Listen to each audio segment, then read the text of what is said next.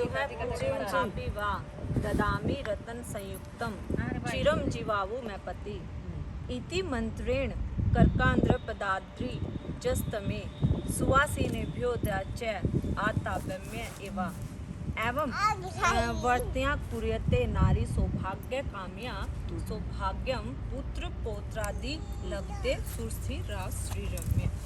करवा चौथ व्रत कथा। एक साहूकार के 7 लड़के और 1 लड़की थी। सेठानी के सहित उसकी बहुओं और बेटों ने करवा चौथ का व्रत रखा था। रात्रि को साहूकार के लड़के भोजन करने लगे तो उन्होंने अपनी बहन से भोजन के लिए कहा।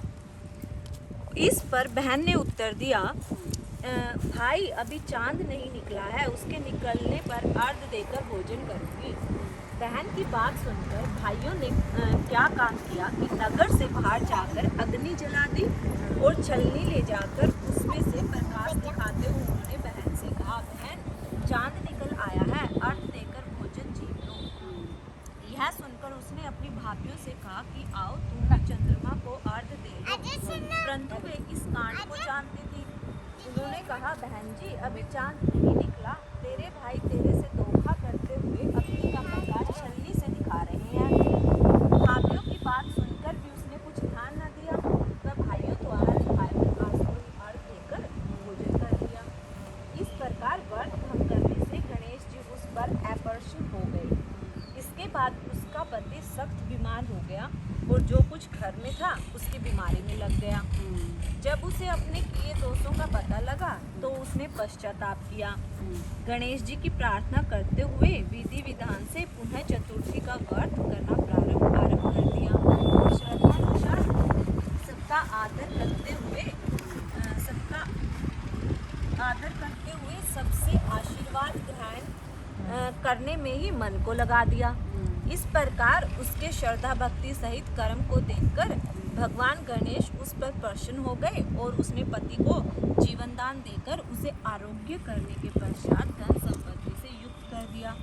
इस प्रकार जो कोई छल कपट को त्याग कर श्रद्धा भक्ति से चतुर्थी का व्रत करेंगे वे सब प्रकार से सुखी होते हुए कलेशों से मुक्त हो जाएंगे।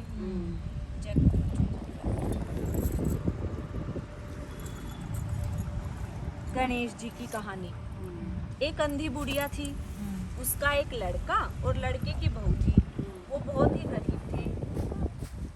वह अंधी बुढ़िया नित्य प्रति गणेश जी की पूजा किया करती थी। गणेश जी साक्षात सन्मुख आकर कहते थे कि बुढ़िया माई तू जो चाहे मांग ले। बुढ़िया कहती, मुझे मांगना नहीं आता, सो कैसे और क्यों मांगूं। तब गणेश जी बोले कि अपने बहू बेटे से पूछकर मांग ले। तब बुढ़िया ने अपने पुत्र और वधू से पूछा तो बेटा बोला कि धन मांग ले और बहू ने कहा कि नाती मांग ले। तब बुढ़िया ने सोचा कि बेटा बहू तो अपने अपने मतलब की बात कर रहे हैं। अतः उस बुढ़िया ने पड़ोसियों से पूछा तो पड़ोसियों ने कहा कि बुढ़िया तेरी छोटी सी जिंदगी है, क्यों मांगे धन और नाती, तू केवल अपने नेत्र मांग ले, जिससे तेरी शेष जिंदगी सुख से व्यतीत हो जाएगी। उस बुढ़िया ने बेटे और बहू तथा पड़ोसियों की बात सुनकर घर में जाकर सोचा जिसमें बेटा बहू और मेरा सबका ही भला हो वह मांग लूं और मतलब की चीज भी मांग लूं। जब दूसरे दिन श्री गणेश जी आए और बोले, बोल बुढ़िया क्या मांगती है। हमारा वचन है जो तू मांगेगी सो ही पाएगी। गणेश जी के वचन सुनकर बुढ़िया बोली कि गणराज यदि आप मुझ पर प्रसन्न हैं तो मुझे 9 करोड़ की माया दे, निरोगी काया दे, अमर सुहाग दे, आंखों में प्रकाश दे, नाती पोता दे और मेरे समस्त परिवार को सुख दे और अंत में मोक्ष दे। बुढ़िया की बात सुनकर गणेश जी बोले, बुढ़िया माँ तूने तो मुझे ठग लिया। खैर जो कुछ तूने मांग लिया वह सभी तुझे मिलेगा। यूं कहकर गणेश जी अंतर्धान हो गए।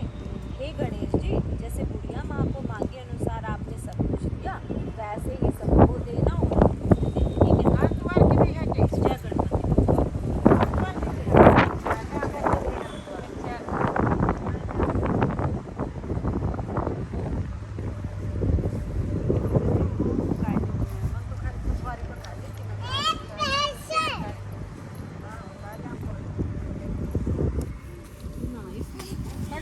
ये तो उसके अगर